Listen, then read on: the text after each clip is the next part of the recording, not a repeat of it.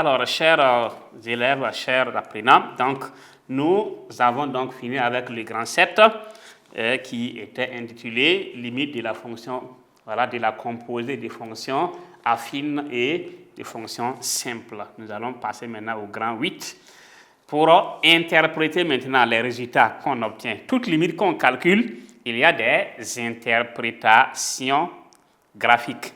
Donc, nous allons passer maintenant à ce point pour terminer. Donc, grand 8, interprétation graphique des limites et asymptotes. Grand 8, interprétation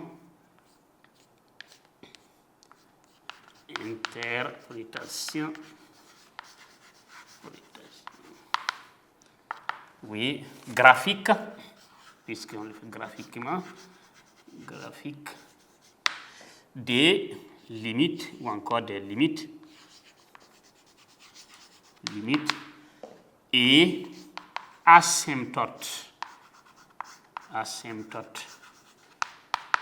Donc ici, nous allons utiliser donc un tableau pour essayer donc de faire ressortir tous les éléments possibles dont on a besoin pour pouvoir interpréter. Il faut d'abord calculer des limites et regarder ces limites-là pour interpréter. Donc, on va prendre un tableau.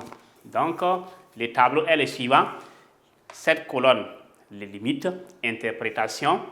Donc, il y a 3 cas de figure. Les asymptotes verticales, les asymptotes horizontales et les asymptotes obliques. Le cas donc des asymptotes verticales, donc on a, lorsque la limite x tendant vers A est un réel, donne l'infini. X tend vers A, parce qu'il y a 2 cas de figure. X tend vers un réel et x tend vers l'infini. Si x tend vers un réel et on gagne l'infini, c'est une asymptote verticale d'abord.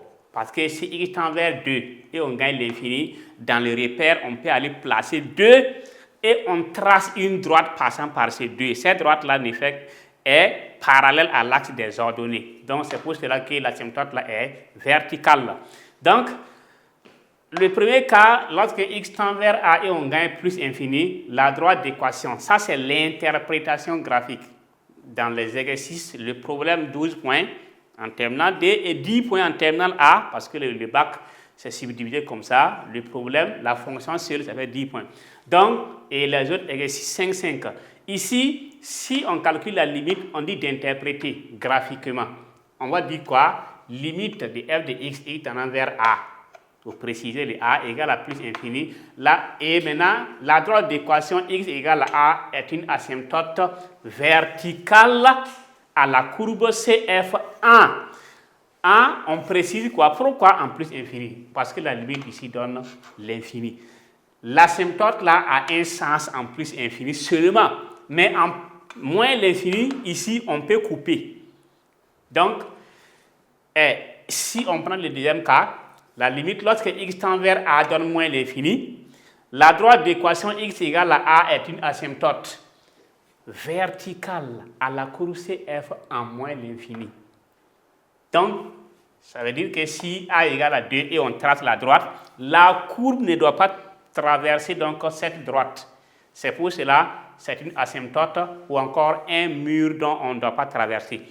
Et ici, asymptote maintenant horizontale. Et si on calcule la limite à l'infini et on gagne un réel, vous voyez, B aussi est élément de R.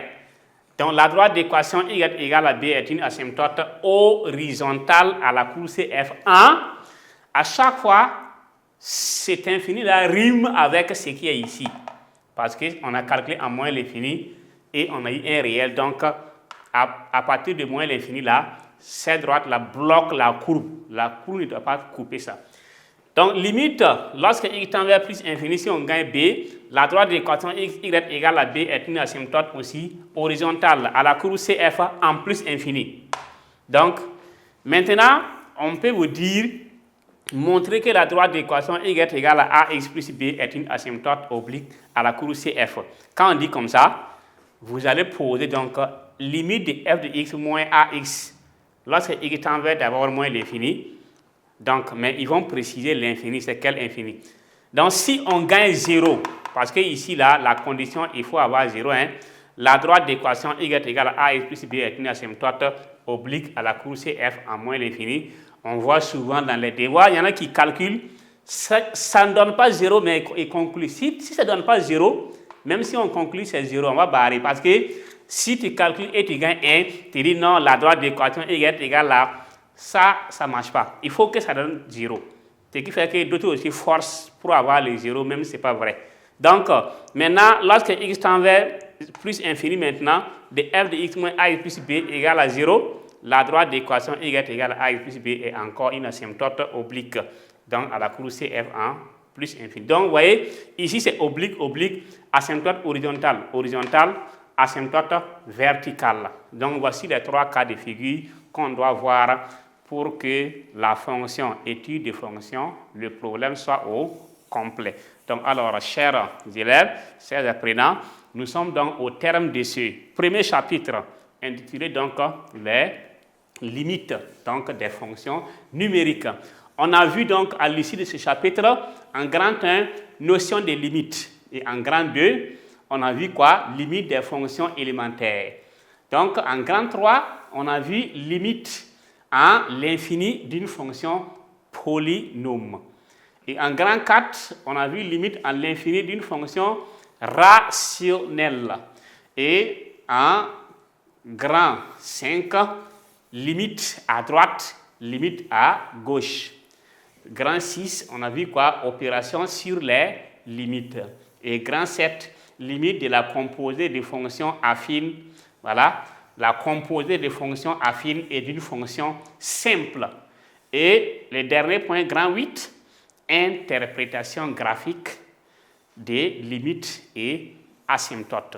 Donc, voici les points qui constituaient donc essentiellement ce chapitre qui était donc limite des fonctions numériques.